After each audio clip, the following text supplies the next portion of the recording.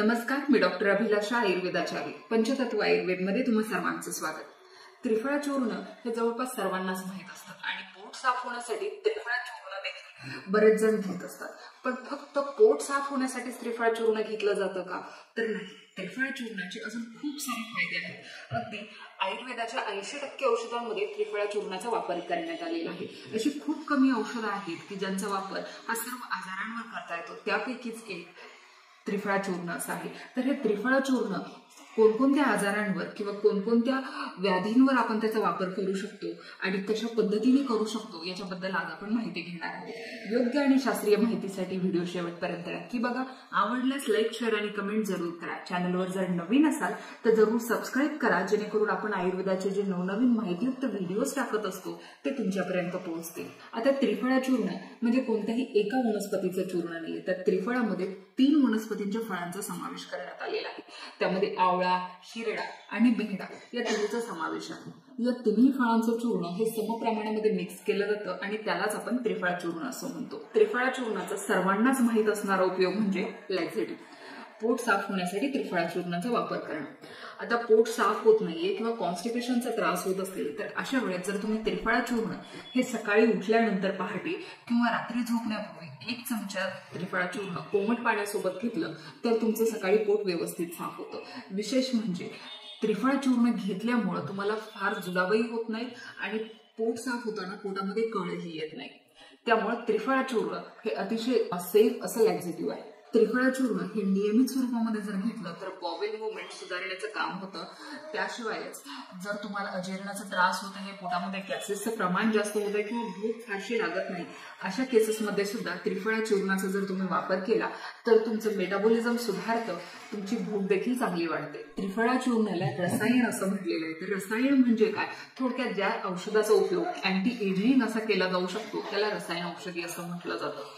आता जे औषध शरीरातील सप्त धातूंचं वर्धन समप्रमाणामध्ये आणि चांगल्या पद्धतीने करतं ते औषधाला रसायन असं म्हटलं जातं. त्रिफळा चूर्णामध्ये व्हिटॅमिन सी आणि अँटीऑक्सिडंट याचं प्रमाण भरपूर असतं. त्यामुळे सुद्धा त्रिफळा चूर्णाचा वापर अँटी एजिंग असा होतो. त्रिफळा चूर्ण हे शरीरामध्ये सेल रिजनरेशनचं काम वाढवतं. त्यामुळे शरीरामध्ये झीज होण्याचं जे प्रमाण आहे ते प्रमाण कमी होतं आणि त्याच्यामुळे आपल्याला अँटी एजिंग इफेक्ट झालेला दिसून येतो. त्रिफळा चूर्णाचं विशद असं एक करणं सांगितलेलं आहे. तर विशद म्हणजे काय? तर आतून क्लीन करणं. आता त्रिफळा चूर्ण हे आम्ल आणि कषाय रसाचं आहे. आता आम्ल आणि कषाय रसामुळे काय होतं? शरीरामध्ये जिथेही क्लेद साठलेला आहे किंवा अतिरिक्त प्रमाणामध्ये चरबी साठलेली आहे किंवा आपल्या रक्तवाहिन्यांमध्ये कोलेस्ट्रॉल जमा झालेला आहे तर ते कमी करण्याचं काम हे त्रिफळा चूर्णामुळे होतं. शरीराला डिटॉक्स करण्यासाठी सुद्धा त्रिफळा चूर्णाचा वापर केला जाऊ शकतो. आता आपल्या शरीरामध्ये लिव्हर आणि कोलॉन म्हणजेच आपले जे आतडे आहेत हे सर्वात महत्वाचे अवयव आहेत. आपल्या शरीराला क्लीन करण्यासाठी हे 2 अवयवांची जास्त गरज असते. लिव्हर हे शरीरामध्ये असणारे टॉक्झिन्स बाहेर टाकण्याचं काम करतं आणि कोलॉन हे मलपदार्थ बाहेर टाकण्याचं काम करतं. या दोन्ही अवयवांचं काम सुधारवण्याचं कार्य हे त्रिफळा चूर्णामुळे होतं. त्यामुळे थोडक्यातच शरीर डिटॉक्स करण्यासाठी त्रिफळा चूर्णाचा खूप चांगला फायदा होतो. त्रिफळा चूर्ण हे वजन कमी करण्यासाठी सुद्धा अतिशय फायदेशीर ठरतं. आता ते कशा पद्धतीने ते पाहूया. सर्वात महत्वाचं तर त्रिफळा चूर्णामुळे तुमचं मेटाबॉलिझम सुधारतं. मेटाबॉलिझम सुधारतं म्हणजे काय? तर आपण शरीरामध्ये जे काही अन्न ग्रहण केलेलं आहे ते आपल्या शरीरामध्ये व्यवस्थित पचणं आणि त्याच्यापासून ज्या कॅलरीज आपल्याला मिळतात त्या कॅलरी व्यवस्थित बर्न होणं, याला आपण आपल्या शरीराचं मेटाबॉलिझम म्हणू शकतो. तर हे मेटाबॉलिझम जर स्लो झालं तर त्याच्या परिणामस्वरूप आपण जो आहार घेतलेला आहे तो आहार आपल्या शरीरामध्ये फॅटच्या स्वरूपामध्ये स्टोअर होतो. तर हे मेटाबॉलिझम सुधारण्याचं काम हे त्रिफळा चूर्णामुळे होतं. त्यामुळे आपल्या शरीरामध्ये फॅटची संचिती म्हणजे चरबी साठण्याचं प्रमाण हे कमी होतं. दुसरी गोष्ट म्हणजे त्रिफळा चूर्णामुळे तुमची शुगर कंट्रोलमध्ये राहायला मदत होते. बऱ्याचदा जर तुमची शुगर लेवल वाढली असेल तर तुम्हाला जास्त गोड पदार्थ खाण्याची इच्छा होते किंवा जास्त प्रमाणामध्ये वारंवार खाण्याची इच्छा होते. तर या सर्व गोष्टी त्रिफळा चूर्णामुळे कमी होतात. त्यामुळे तुमची शुगर लेवल सुद्धा कंट्रोलमध्ये राहते आणि ओव्हर इटिंग म्हणजे जास्त प्रमाणामध्ये आहारही ग्रहण केला जात नाही, त्यामुळेही वजन कमी व्हायला मदत होते. त्रिफळा चूर्ण हे आपल्या डोळ्यांसाठी अतिशय हितकर आहे. डोळ्यांसाठी आयुर्वेदामध्ये जी बरीचशी औषधं वापरली जातात त्याच्यामध्ये त्रिफळा चूर्णाचा वापर केलेला असतो. आता त्रिफळा चूर्ण हे तुम्ही रात्री पाण्यामध्ये भिजत घालायचं आहे आणि सकाळी ते गाळून घ्यायचं आहे. शक्यतो 5 ते 6 पदरी कपड्याने तुम्ही हे त्रिफळा चूर्णाचं पाणी गाळून घ्यायचंय आणि त्याचे 2 ते 3 थेंब तुम्ही तुमच्या डोळ्यामध्ये टाकू शकता किंवा त्रिफळा चूर्णाच्या काढ्यामध्ये किंवा त्या पाण्यामध्ये तुम्ही पट्टी भिजवून ठेवून ती डोळ्यांवर ठेवू शकता. त्यामुळे डोळ्यांमध्ये लालसरपणा जाणवणं, डोळ्यांमध्ये थकवा जाणवणं, ड्राय आईज असणं किंवा डोळ्यांची आग होणं यासारख्या ज्या तक्रारी आहेत त्या कमी होतात. आपल्याला डोळ्यांचा कोणताही त्रास नाहीये, परंतु आपल्याला डोळ्यांच्या संदर्भात तक्रारी उत्पन्न होऊ नये म्हणून सुद्धा तुम्ही त्रिफळा चूर्णाचं सेवन करू शकता.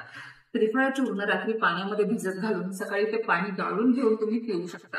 हे पाणी उपाशीपोटी जर तुम्ही सेवन केलं तर त्यामुळे तुमच्या डोळ्यांसाठी अतिशय फायदा होतो. त्रिफळा चूर्ण हे केसांच्या तक्रारीसाठी सुद्धा अतिशय फायदेशीर आहे. केसांमध्ये डॅन्ड्रफ खूप होत आहे, केस खूप जास्त प्रमाणामध्ये गळत आहे, अशा वेळेस तुम्ही त्रिफळा चूर्णाचा जे काढा आहे तो देखील सेवन करू शकता. त्या त्रिफळाच्या काढ्याचा वापर तुम्ही केस धुण्यासाठी करू शकता किंवा त्रिफळा चूर्णाचा हेअर पॅक बनवूनही तुम्ही वापरू शकता किंवा केसांना जी मेहंदी तुम्ही लावत आहात त्यामध्ये देखील तुम्ही त्रिफळा चूर्णाचा वापर करू शकता. ज्या लोकांना डोक्यामध्ये कोंडा होत आहे, सोरायसिस सारखा त्रास आहे किंवा डोक्याला खाज येत आहे, अशा प्रकारची जर लक्षणं असतील तर ही सर्व लक्षणं याच्यामुळे कमी होतात. त्रिफळा ही अँटी फंगल, अँटीबॅक्टेरियल अशा प्रकारचं आहे. त्याच्यामुळे जर फंगल इन्फेक्शन असेल किंवा काही बॅक्टेरियल इन्फेक्शन असेल तर त्या केसेसमध्ये सुद्धा त्रिफळा चूर्णाचा खूप फायदा होतो.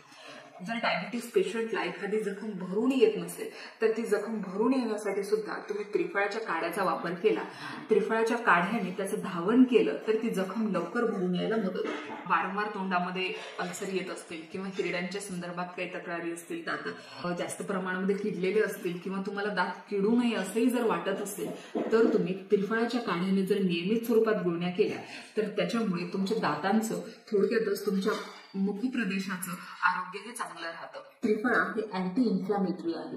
म्हणजे काय, तर शरीरामध्ये कोणत्याही स्वरूपाचं इन्फ्लॅमेशन असेल तर ते कमी करण्याचं काम त्रिफळामुळे होतं. क्रोनिक इन्फ्लॅमेशन कमी करण्यासाठी सुद्धा त्रिफळा चूर्णाचा खूप चांगला फायदा होतो. थोडक्यात काय, जर तुम्हाला हार्ट डिसीज पासून स्वतःचा बचाव करायचा आहे किंवा डायबिटीस असेल किंवा इतरही संधिवात किंवा अजून जे क्रोनिक डिसीजेस असतात त्यांच्यापासून जर तुम्हाला स्वतःचं रक्षण करायचं असेल तर तुम्ही त्रिफळाचं नियमित स्वरूपामध्ये सेवन करू शकता. त्रिफळा चूर्ण याचं सेवन कसं करायचं आहे? त्रिफळा चूर्ण हे तुम्ही कोमट पाण्यासोबत घेऊ शकता किंवा मधासोबत तुम्ही मिक्स करूनही घेऊ शकता. त्रिफळा चूर्णाची आजकाल टॅबलेट देखील मिळतात, त्या टॅबलेट देखील तुम्ही सेवन करू शकता. एकतर तुम्ही रात्री झोपण्यापूर्वी त्रिफळा चूर्ण किंवा त्याचे टॅबलेट घेऊ शकता किंवा सकाळी उपाशी पोटी देखील तुम्ही त्रिफळा चूर्णाची पावडर किंवा टॅबलेट घेऊ शकता. त्रिफळा चूर्ण हे असं औषध आहे की जे प्रत्येकाच्या घरामध्ये असलंच पाहिजे, परंतु त्रिफळा चूर्ण किंवा कोणतीही औषधी जर असेल, जर आपण ती अति प्रमाणामध्ये सेवन केली तर आपल्याला त्याचा फायदा होण्याऐवजी नुकसान होऊ शकतं. त्यामुळे त्रिफळा चूर्ण घेत असताना ते योग्य प्रमाणातच घेतलं पाहिजे, योग्य वेळी घेतलं पाहिजे आणि त्रिफळा चूर्ण घेत असताना ठराविक काळापर्यंत घेऊन काही दिवस त्याला गॅप दिला पाहिजे आणि परत थोड्या दिवसांनी तुम्ही ते घेऊ शकता, जेणेकरून त्याची तुमच्या शरीराला सवय होणार आहे. कॉन्स्टिपेशनसाठी फक्त त्रिफळा चूर्ण घेणं हे योग्य नाही. कॉन्स्टिपेशनसाठी त्रिफळा चूर्ण जर तुम्ही रोज घेतलं तर तुम्हाला त्याची सवय देखील लागू शकते किंवा काही दिवसानंतर त्यापेक्षा जास्त स्ट्रॉंग औषधाची सुद्धा तुम्हाला गरज पडू शकते. त्यामुळे कॉन्स्टिपेशनसाठी जर तुम्ही त्रिफळा चूर्ण घेत असाल तर फक्त त्रिफळा चूर्णावर अवलंबून न राहता त्यासोबत इतरही काही उपाय करण्याची गरज असते. त्यासाठी आपण कॉन्स्टिपेशनसाठी काय उपाय केले पाहिजे हा एक सेपरेट व्हिडिओ बनवलेला आहे, तो तुम्ही बघू शकता.